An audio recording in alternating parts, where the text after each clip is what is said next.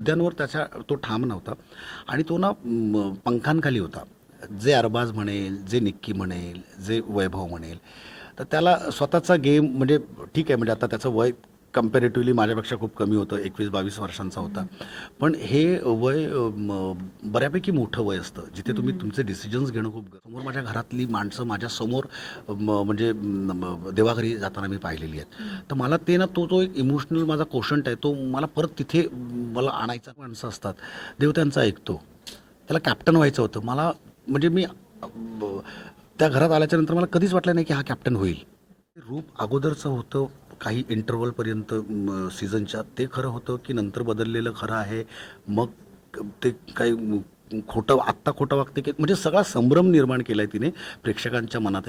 नमस्कार, मी ऐश्वर्या कुलकर्णी तुम्हा सर्वांचं मराठी मनोरंजन विश्व या चॅनलमध्ये स्वागत करते. मित्रांनो, बिग बॉस मराठीच्या घरातून कालच अनपेक्षितपणे एक्झिट झालेले महाराष्ट्राचे लाडके अभिनेते विनोदवीर पॅडीदादा म्हणजेच पंढरीनाथ कांबळे हे आपल्यासोबत आहेत. तर त्यांनाच विचारूया की त्यांचा हा सगळा प्रवास कसा होता ते.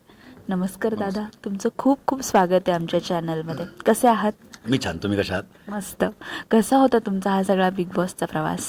सगळ्यात अगोदर तुम्ही आत्ता जे म्हणालात की अनपेक्षितरित्या बाहेर आले, त्याचा खूप आनंद होतो, कारण कोणाला अपेक्षा नव्हती मी बाहेर येईन. खूप छान होता प्रवास, खूप गोष्टी शिकायला मिळाल्या. आपण एरवी आपल्या कामात असताना बऱ्याच ठिकाणी आपल्या कामाच्या निमित्ताने खूप वेगवेगळ्या लोकांना भेटतो, आपण त्यांच्याशी इंटरॅक्ट करत असतो. कधी काही लोकांशी जमतं, काही लोकांशी जमत नाही, पण तिथं नाईलाज असतो. मग त्या लोकांसोबत आपण कदाचित काम नाही करत किंवा आणखीन की ठीक आहे, ज्या लोकांसोबत जमतं त्यांच्याशी आणखीन पुढे काम करतो. इथं तुमचं जमतंय नाही जमतंय आम्हाला माहीत नाही. 16 लोकांसोबत तुम्ही 3 महिने काढायचेच आहेत किंवा जे नंतर ठरले 70 दिवस आहेत ते काढायचेच आहेत. तर ते थोडंसं हजम करायला जरा कठीण होतं. पण जसजसं तिथे राहत गेलो, दिवस पुढे पुढे जात गेले, तसतसं लक्षात आलं की अरे काही लोकं खूप छान आहेत आणि जी काही लोकं खूप छान आहेत त्यांच्याशी आपले विचार जुळत आहेत आणि एका विचाराची जी मंडळी आहेत ती एकत्र आली आणि ज्यांच्यासोबत आपले सूर जुळले नाहीत किंवा एक ट्युनिंग आपण जे म्हणतो ते झालं नाही, ते लोक वेगळे झाले आणि त्यांना वाटलं की त्यांचे सूर जुळत आहेत म्हणून ते लोक एकत्र झाले. असे आपसूक दोन गट पडले. आणि जो पहिला जो गट होता तो खूप ॲग्रेशनने खेळणारा, खूप ताकदीची मंडळी त्यांच्यासोबत होती. इकडे आमच्याकडे त्यांच्यापेक्षा अगदी ताकद नसली तरी ताकदीनं कमी होतो आम्ही, पण आम्ही बुद्धीनं जरा चलाक होतो काही गोष्टी. त्यामुळे मला वाटतं त्यांच्या सुरुवातीचे 6 आणि आमचे सुरुवातीचे 9 हे लक्षात घेता नंतर फक्त त्यांचे 2 राहिले आणि आमचे 6 लोक राहिले. सो मेजॉरिटी आमची राहिलेली आहे मी जाईपर्यंत. मी गेल्याच्यानंतर आता ते 5 झाले. पण खूप वेगवेगळ्या मतांची, खूप जे काय म्हणतो विचारसरणीची, धाटणीची माणसं बघायला मिळाली. काही काही खूप चिडखोर, खूप काही काही लोकांचा राग येत होता. मग त्या लोकांसोबत फार उठबस नाही, पण जिथे जिथे मुद्दे चुकीचे होते तेव्हा तेव्हा त्यांना ठामपणे सांगायचे आणि ज्या लोकांसोबत आपलं जमतं, ज्या लोकांसोबत आपण कम्फर्टेबल आहोत त्या लोकांसोबत काही गोष्टी शेअर करणं, मग तुमच्या वैयक्तिक आयुष्यातील असतील, घरातल्या त्या बिग बॉसच्या घरातल्या असतील, त्या गोष्टी आपण शेअर करणं होत होतं. पण एक उत्तम अनुभव आणि खूप काही शिकायला मिळालं. आणि जो मी आत्तापर्यंत बाहेर कधी फार मतं मांडायचो नाही, तर ती मतं मांडायला शिकलो तिथे.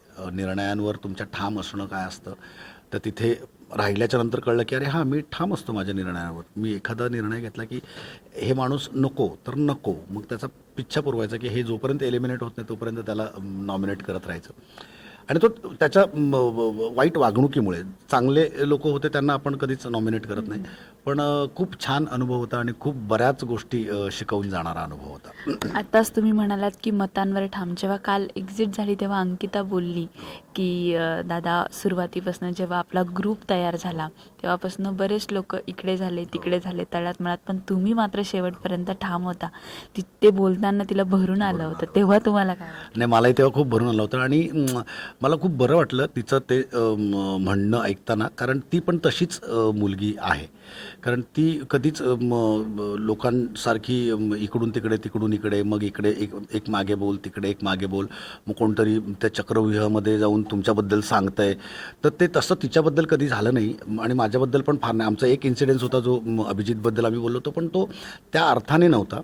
तर तो वेगळा. मग आम्ही शांत बसलो त्याच्यावर डिस्कशन केलं तर ते तिचं ऐकताना की म्हणजे खूप प्राऊड फील होतं की आपली वागणूक आपलं जे म्हणणं असतं ते एखाद्या सदस्याला इतकं उत्तम प्रकारे कळलेलं आहे आणि तो तसाच असतो म्हणून त्याला ते पटतं. हे कुठलं दुसरं कोण म्हणू शकलं नसतं कदाचित की त्याला माहिती आहे की आपण कसं होतो आणि समोरचा माणूस कसा आहे. तर ते एक ट्युनिंग होणं एक सूर जुळणं म्हणतो ते तसं अंकिताच्या सोबत झालं होतं आणि त्याच्यामुळे त्याचं खूप कौतुक आहे. म्हणजे निघताना मला वाईट नव्हतं वाटलं किंवा मला रडू नाही आलं की मला माहिती होतं मी कशा पद्धतीनं आलो होतो आणि मी कशा पद्धतीने चालू आहे. So I was happy. आताच तुम्ही म्हणालात की ट्युनिंग आपलं जुळतं, पण जेव्हा पहिल्यापासून खेळ सुरू झाला टीम ए आणि टीम बी तर पडलेच होते, पण तुमचं सगळ्यात जास्त जे भांडण होत होतं किंवा एक जुळत नव्हतं तो होता घनश्याम. म्हणजे ते दिसूनच येत होतं की हे सरळ सरळ स्पष्ट आणि सगळ्यांसमोर आहे. तर ते काय होतं? त्याचे मुद्देच चुकीचे असायचे की मी त्याला एखादा मुद्दा पटवून द्यायला गेलो तर तो भलतंच काहीतरी वेगळंच काहीतरी. म्हटलं एक मिनिट थांब आधी एक मुद्दा क्लिअर होऊ देत. तू जे म्हणतोयस ते तर करूच आहे आपण. जेव्हा एक मला आठवतंय चांगलं की आर्याने काहीतरी भांडी लपवली होती तर तेव्हा एक डिस्कशन सुरू झालं होतं. तर म्हटलं आर्याचं भांडी लपवणं आहे ते आपण बोलूया त्याच्यावर पण अगोदर जो आपण मुद्दा बोलत होतो त्या मुद्द्यावर आपण हे करूया. तर त्याला ते पटत होतं. हां मग बरोबर. आणि मग ते नाही ते नाही अरे असं कसं तो एकाच मुद्द्याला हो पण म्हणायचा नाही पण म्हणायचा. तो मुद्द्यांवर तो ठाम नव्हता आणि तो ना पंखांखाली होता. जे अरबाज म्हणेल जे निक्की म्हणेल जे वैभव म्हणेल तर त्याला स्वतःचा गेम म्हणजे ठीक आहे. म्हणजे आता त्याचं वय कम्पॅरेटिव्हली माझ्यापेक्षा खूप कमी होतं. 21-22 वर्षांचा होता. पण हे वय बऱ्यापैकी मोठं वय असतं जिथे तुम्ही तुमचे डिसिजन्स घेणं खूप गरजेचं असतं ना की तुमचं ऐकावं. चांगली गोष्ट असेल तर तुम्ही नक्की ऐकावी तुमच्या मित्रांची किंवा मोठ्यांची. पण तुम्ही सतत इन्फ्लुएन्स खाली म्हणजे हे करत असताना की काय निर्णय देऊ हे देऊ हां तो असा चलबिचल असायचे. कॅमेरा दिसला की मग त्याचं म्हणणं सुरू व्हायचं. तर आम्ही त्या गोष्टींसाठी कधीच नाही. आणि मी त्याला तेच सांगायचो की अरे असं नको वागू असं नको राहू. निक्कुताई ती निक्कुताई कधी तुझ्या लात मारेल तुला कळणार नाही. तर ते त्याला पटलं नाही आणि ते झालं तसंच. त्या कर्माने स्वतःच्या हाताने कुऱ्हाड त्यांनी पायावर मारून घेतले आणि ते झालं तसंच. मी जेव्हा एपिसोड बघत होते खरं तर हा प्रश्न नाही आहे, ही मला बोलण्याची उत्सुकता होती म्हणून मी बोलते की जेव्हा त्याला फुटेज दाखवलं होतं तुमचं आणि अंकिताचं बोलताना तेव्हा घनश्याम बाहेर येऊन बोलला होता की मला तुमची क्यू करावीशी वाटते. तेव्हा जो तुमचा पंच होता इन्स्टंट प्रेझेन्स ऑफ माइंड की क्यू तर तो मला प्रचंड आवडला होता आणि त्यावर मी प्रचंड हसले होते. म्हणजे कदाचित तो कळला नसेल कोणाला पण तो जाणवत होता की तुमचं जे अभिनय कौशल्य आहे की तो त्याच्यावर होता. तो बोलला क्यू करावीशी वाटते. तुम्ही बोलले क्यू म्हणजे काय का तुला क्यू कराशी वाटते त्याचं कारण सांग. तर ते त्याला समजलं समजलं नाही. पण ते एक तो ॲक्टर असण्याचा थोडासा फायदा म्हणता येईल किंवा त्याचा उपयोग कुठे कशा पद्धतीनं करायचा त्या गोष्टी त्या कळत होत्या. आणि त्याला तेच असं नाही की बऱ्याच गोष्टी पण मी त्याला समजावताना पण म्हणजे सांगितलेलं आहे की म्हटलं तू ना आहेस चांगला मुलगा. कारण तो एकदा त्याने आईबाप म्हणजे काय आई म्हणजे आत्मा आ म्हणजे आईतला आ म्हणजे आत्मा आणि ई म्हणजे ईश्वर. तर मला असं त्याच्यानंतर तो एक साधारण 10 ते 15 मिनटं त्या विषयावर बोलला. आम्ही सगळे शांतपणे ऐकत होतो आणि सूरज घळाघळा रडत होता. धनंजय शांतपणे एकाग्र होऊन ऐकत होता. वैभव ऐकत होता आणि मीही ऐकत होतो. आणि अख्खं ती सिटिंग एरिया जो आमचा होता लिव्हिंग एरिया तो सुन्न झाला होता त्याच्या त्या बोलण्यावर आणि त्याचे जे विचार होते ते. तर मला असं वाटलं की याचं जडणघडण तर चांगली झालेली आहे. याच्यावर चांगले संस्कार झाले आहेत. मग इथं हा असा का वागतोय. मग इथं अरबाज आणि निक्की यांच्यासोबत त्याला का बसावं असं वाटतंय. मग काहीतरी गणतंय त्याचं. आणि त्या निर्णयांमध्ये तो फसला आणि मग त्याने मातेरं करून घेतलं स्वतःचं. बरोबर आहे. आत्ता जसं तुमचं घनश्याम सोबत होत होतं पण तेवढेच सूर जुळत होते ते सूरज सोबत. तर काय रिलेशन होतं. कारण बाहेर दिसताना तर असं वाटत होते की तुम्ही पूर्णपणे त्याला मार्गदर्शन करताय त्याला समजून सांगताय आणि सूरज म्हणजे दिसताना एकदम नॅचरल रॉ दिसतोय. तर काय वाटतं त्या कुठलाही खोटेपणा नाही एकतर त्या मुलामध्ये. रीलमध्ये. आणि काय म्हणत ना त्याला, आपण आपण एखाद्या मुलीला एक प्रपोज करायचं असतं तर आपण ठरवतो काही गोष्टी, की मी हिला ना असं प्रपोज करेन किंवा असं इम्प्रेस करेन किंवा फलाना गोष्टी करेन. तर मला सूरजसोबत मैत्री करताना मला या गोष्टी कराव्या लागल्या नाहीत, त्या आपसूक झाल्या. आधी त्याला बघितल्या मला वाटलं, माझं असं झालं, अरे बापरे हा बिग बॉसमध्ये. तर म्हटलं बिग बॉसने सिलेक्ट केलं म्हणजे काहीतरी असणार या पोराच्यात गट्स.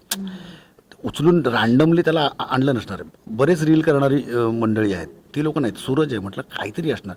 मग त्याच्याशी बोलायला लागलो आम्ही. तर बोलता बोलता त्याच्याकडनं त्याचं तो कुठून आला आहे, तो कसा लहानाचा मोठा झाला आहे, लहानपणी त्याचे आईबाबा गेले, मग बहिणींनी त्याला मोठं केलं, मग आत्या त्याची आली होती, ती होती सोबत, कशा पद्धतीनं खाणं पिणं त्यांचं असायचं. तर म्हटलं की हा रीलमधला वेगळा आहे आणि हा ॲक्च्युअल माणूस वेगळा आहे यार.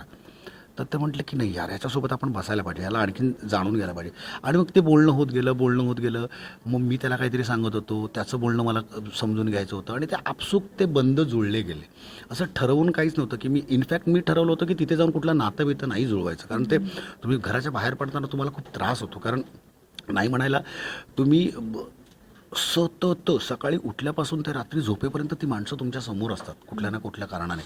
मग तुम्हाला त्यांना सोडून जाताना किंवा ते सोडून जाताना तुम्हाला खूप त्रास होतो. आणि मी त्या बाबतीत खूप हळवा आहे मी. कारण माझ्यासमोर माझ्या घरातली माणसं माझ्यासमोर म्हणजे देवाघरी जाताना मी पाहिलेली आहेत. तर मला ते ना तो एक इमोशनल माझा कोशंट आहे, तो मला परत तिथे मला आणायचा नव्हता. खेळ आहे ओके, जे काय स्टँड घ्या ह्या करा. पण ह्या पोरासोबत आपसूक माझे सूर जुळले. आणि मी त्याला जे काही सांगायचो, अंकिता त्याला जे काही सांगायची, तर त्याला समजून सांगायचो की तू बाहेरच्या जगात जेव्हा जाशील तेव्हा तुला कोणी हसलं नाही पाहिजे, तुझी कोणी मस्करी नाही केली पाहिजे, तुझी कोणी टिंगल नाही केली पाहिजे. या भावनेपोटी आम्ही त्याला ते सगळं सांगत होतो. आणि तोही ऐकत होता. म्हणजे त्याला आम्ही सकाळचं उठून, कारण गावाकडे पद्धतच नाही ना, सकाळी उठलं की कामाला सुरुवात. आणि काय इथं तू वेगळ्या ठिकाणी आहेस, वेगळ्या प्लॅटफॉर्मवर आहेस, तुला अख्खं जग बघतंय. सो इथं तू काही एक अलिखित नियम असतात, ते आपण फॉलो करायलाच पाहिजे. असं कुठे लिहून नाही ठेवलं सकाळी उठल्या तुम्ही ब्रश करायलाच पाहिजे, असं कुठे नियम नाही आहे. पण तो करायला हवा. जरी नसला तो करायला हवा. तुम्ही सोबत बसता, एकमेकांच्या सोबत बसता, तुम्ही बोलत असता, तर ते कोणाला समोरच्याला ऑब्जेक्शन येऊ नये. आंघोळ करायला सकाळी उठल्या हे नाही, नाश्ता झाला, चला आंघोळीला जा. तुम्ही स्वच्छ, म्हणजे काही नॉर्म्स आहेत ते अलिखित, ते तुम्हाला यायलाच हवेत. तर त्यासाठीच आमची त्याला सांगणं असायचं. आणि त्याच्यातनं त्याचं चांगलं व्हावं हीच इच्छा असायची. जेव्हा मी निखिलचा इंटरव्ह्यू घेतला होता, निखिल दामले, तर त्याने सांगितलं होतं की सूरज हा पॅडीदादांशिवाय झोपत पण नाही. म्हणजे गप्पा मारत असलो तर तो बोलवायला येतो की दादा चला मला झोपायचं आहे. तर जेव्हा कालचं फुटेज बघितलं तर तुम्ही गेल्यानंतर तो खूपच इमोशनल झाला. हो, जेव्हा आता दिसतंय ते रील्सवरती तुम्हाला पण बघायला मिळेल की दादा गेल्यामुळे मला भरून येतं आहे किंवा मला रडू येतं आहे, पण मी ट्रॉफी जिंकणार, दादांसाठी जिंकणार असं तो म्हणतो आहे. तर आमच्या चॅनलच्या मार्फत जर तुम्हाला सूरजला काही सांगायचं असेल तर तुम्ही काय सांगाल? नाही, मला सूरजने ट्रॉफी जिंकलेलीच हवी आहे. आणि त्याच्या डोक्यातनं, आणि जे जे क्लीन माणसं असतात ना, जे स्वच्छ माणसं असतात, देव त्यांचं ऐकतो. त्याला कॅप्टन व्हायचं होतं. मला म्हणजे मी त्या घरात आल्याच्यानंतर मला कधीच वाटलं नाही की हा कॅप्टन होईल. कसा कॅप्टन होणार तो, किंवा काय करावं लागेल. पण त्याने ठरवलं होतं की मला कॅप्टन व्हायचं आहे. त्याची इच्छाशक्ती दांडगी होती. त्याला एखादी गोष्ट करायची आहे तर ती करायचीच आहे. आणि ती इच्छाशक्तीच्या जोरावर बरोबर बाकीचे सगळे बाजूला पडत गेले आणि तो एकटा पुढे तो टास्क आला, तो पण तसाच होता की तो एकटा करू शकणार होता. आणि त्याने तो करून दाखवला. आणि त्यामुळे तो जरी इमोशनल असला किंवा आत्ता त्याला जरी माझी उणीव भासत असली तरी तो स्ट्रॉंग आहे पोरगा. त्याला माहिती असतो, तो सरळ जाणारा पोरगा. तो चक्के म्हणजे त्याला माहिती नाही तिकडे तिकडे काय असतं किंवा काय. मलाही वाईट वाटतं, म्हणजे म्हणून मी अजून एपिसोड बघितला नाही ॲक्च्युली कालचा. मी काल जरा आम्ही गप्पाच करत होतो आणि मित्रांसोबत होतो. पण मी बघेन तो. पण त्याला उणीव भासेल नक्कीच. आणि म्हणजे तेवढा आमचा बॉन्ड नक्कीच होता. आणि त्यालाही ते अभाव तो जाणवेल तो, म्हणजे याबद्दल वादच नाही. म्हणजे आता माझा खूप महत्त्वाचा प्रश्न आहे की जेव्हा जान्हवी बोलली होती तुम्हाला की पॅडीदादांचं हे, किंवा बाहेर सगळ्यांनी खूप स्टँड घेतला त्यासाठी, सगळ्याच इंडस्ट्रीने, खास करून विशाखाताईंनी खूप स्टँड घेतला त्यासाठी, तर हां, त्याबद्दल तुम्ही काय सांगाल? एकतर काय झालं की तुम्ही भांडणं करताना ना तुमचे शब्द खूप जपून वापरायला हवेत. म्हणजे आणि अशा ठिकाणी तुम्ही अख्खं जग बघतोय, तुम्हाला चॅनल वर तुम्ही प्रेझेंट होत आहे, तर तुम्ही भाषा, तुमचे सूर या गोष्टींवर तुमचा कंट्रोल असायला हवा. तो जान्हवीकडनं सुटला. तो ताईंबद्दल, माझ्याबद्दल ते काही वाटेल तसं बोलली. मी मोठा आहे तिच्यापेक्षा, मी तिच्यापेक्षा जास्त काम केलं आहे, वयाने जास्त मोठा आहे. तर मीही तिच्यासारखाच वागलो असतं तर ते चुकीचं झालं असतं. मी तिला जाऊन भोडलो, तू तू काय करतेस, तू माझ्या करिअरबद्दल काय बोलतेस, तुझं करिअर बघ स्वतःचं. तर मग त्यात फरक नसता दिसला. जान्हवीमध्ये आणि माझ्यामध्ये फरक नसता दिसला तो. आणि तो फरक हाच असतो की तुम्ही इतक्या वर्षांचा अनुभव तुम्ही कशा पद्धतीनं तुम्ही त्याचा उपयोग करून घेता आणि कशा पद्धतीने तिचं समजूत घालता. तर आणि मी तेच केलं की, आणि मी अदरवाईज पण मी माझ्या बाहेरच्या जगात पण मी चिडचिड करून घेणार नाही. मला जर कोणी कमी लेखलं तर मी माझी रेष जास्तीत जास्त मोठी कशी करेन याकडे माझं लक्ष असतं. आणि मी ना की त्याची रेष पुसायच्या फंदात पडत, तिकडे माझी एनर्जी आणि माझा वेळ वाया घालवत नाही. मी कामाने, आणि ती रेष कशी होणार मोठी, तर माझी कामाने होणार ती मोठी. आणि त्यासाठी मी आणखीन जास्त चांगलं काम करणार. तर हे जान्हवीला कदाचित लक्षात नाही आलं त्या दरम्यान. मग ती बोलली असेल, माहीत नाही. पण मग तिचं जे रूप अगोदरचं होतं काही इंटरवलपर्यंत सीझनच्या, ते खरं होतं की नंतर बदललेलं खरं आहे. मग ते काही खोटं आत्ता खोटं वागते की, म्हणजे सगळा संभ्रम निर्माण केला आहे तिने प्रेक्षकांच्या मनातही. पण मला असं वाटतं की तिने यापुढे बाहेरच्या आयुष्यात आल्याच्यानंतर, कारण खरं इथं तुमचं प्रोफेशन, तुमचं करिअर इथं आल्याच्या नंतर असणार आहे, तर त्याची काळजी बाळगून तिने यापुढे लोकांशी जरा संयमानं आणि जरा सावधानतेने वागावं, बोलावं. कारण त्याचे परिणाम कधी काय होतील ना, यू डोंट नो. खूप भल्याभल्यांची करिअर्स बर्बाद झालेली आहेत तुमच्या छोट्या छोट्या चुकांमुळे. तर त्या गोष्टीचं तिने लक्ष देणे खूप गरजेचं आहे. आणि मला म्हणजे मी तेव्हाही तिला सांगायचो, जान्हवी तू चांगल्या संगतीत राहा, चांगली संगत निवड. कारण चुकीची गोष्ट करायला एक क्षण पण लागत नाही, चांगली गोष्ट करायला खूप कष्ट लागतात, ते धरून ठेवावं लागतं. सो मी त्याला सांगायचो, पण ते तिला कळलं, कदाचित लेट कळलं. पण मी जरा तिच्यापेक्षा वयाने मोठा म्हणून मी तिला इट्स ओके म्हटलं. डोक्यात राहील काही गोष्टी, पण मी त्याचं रिवेंज नाही घेणार. मी त्यातला माणूस नाही आहे. मी बदला लूंगा मैं, तू आ तो बाहर वगैरे ऐसा कुछ नाही. तू भाई तू खेळ तेरा तेरा. मला देवाने खूप दिलं आहे, मला जे काय दिलं आहे त्याच्यावर मी उत्तम काम करणार आहे. खरं तर हा तुमचा मोठेपणा आहे. मनात खूप प्रश्न आहे, खूप विचारायचे, पण वेळेअभावी आपल्याला थांबावं लागेल. तुम्हाला तुमच्या पुढच्या करिअरसाठी आमच्याकडनं खूप खूप शुभेच्छा. पण तुम्ही जाता जाता प्रेक्षकांना काय सांगाल? आतापर्यंत मी जी काही कामं करत आलो आहे त्या कामांवर तुम्ही सगळ्या मंडळींनी खूप प्रेम केलं आहे. अगदी हसाच्या कट्टूपासनं, गंगूबाईपासनं, मग नंतर वेगवेगळे सिनेमे, बाकीच्या काही टेलिव्हिजनचे शोज, तर खूप हुरूप देतात. तुम्ही जेव्हा भेटता, आपण जेव्हा कधी सार्वजनिक कार्यक्रमांना मी येतो तेव्हा भेटण्याची संधी येते मला, तर तेव्हा तुम्ही सांगता, तुमच्या चेहऱ्यावरचं हसू हे आमच्या कामाची पोचपावती असतं. की समोर पॅडी कांबळे किंवा आणखीन कुठलाही नट दिसल्याच्यानंतर पॅडी कांबळे छान, तर ती आमची पोचपावती असते. आम्ही बरं काम करतो आहे, चांगलं काम करतो आहे हे तुमच्याकडनं आम्हाला कळतं. आत्तापर्यंत जसं प्रेम करत आलात तसंच प्रेम करत राहा. आणि मी जास्तीत जास्त चांगलं काम करण्याची हमी तुम्हाला देतो.